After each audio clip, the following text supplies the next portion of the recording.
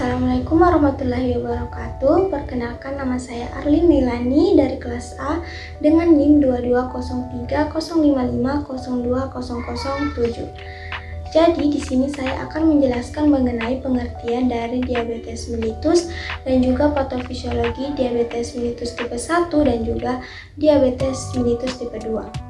Nah, jadi diabetes mellitus itu merupakan suatu penyakit kronis yang ditandai dengan kadar gula atau glukosa dalam darah itu tinggi.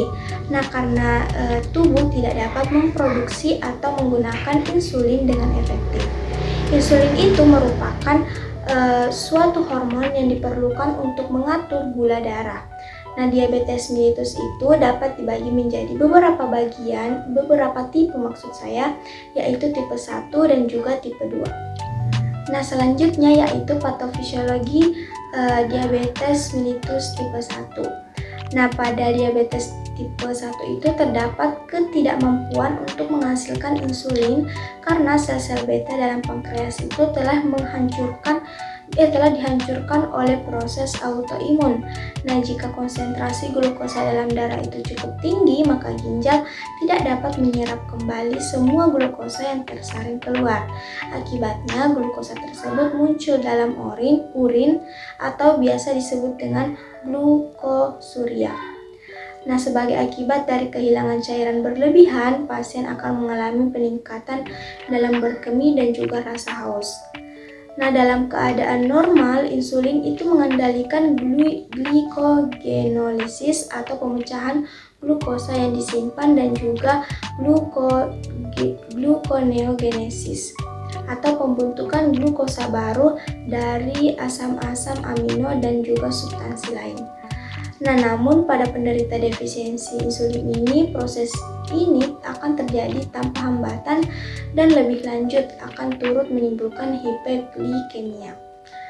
Nah, pemberian insulin bersama cairan dan elektrolit sesuai dengan kebutuhan akan memperbaiki dengan cepat kelainan metabolik tersebut dan mengatasi gejala hiperglemi serta ketoasidosis. Nah, diet dan juga latihan disertai pemantauan kadar gula darah yang sering merupakan komponen terapi yang penting. Nah, selanjutnya yaitu patofisiologi diabetes mellitus tipe 2.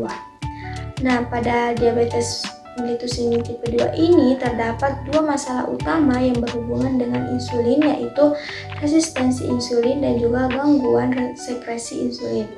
Nah, normalnya insulin akan terikat dengan reseptor khusus pada permukaan sel. Sebagai akibat terikatnya insulin dengan reseptor tersebut, terjadi suatu rangkaian reaksi dalam metabolisme glukosa di dalam sel.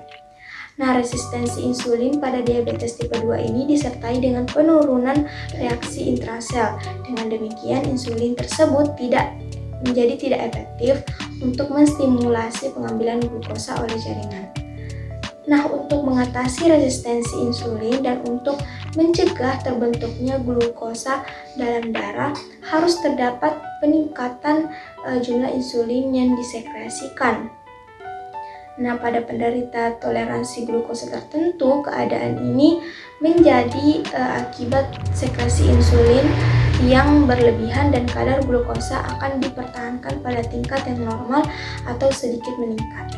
Namun demikian, jika sel-sel beta tidak mampu mengimbangi peningkatan kebutuhan akan insulin, maka kadar glukosa akan meningkat dan terjadi diabetes tipe 2. Mungkin itu saja yang bisa saya sampaikan. Wassalamualaikum warahmatullahi wabarakatuh.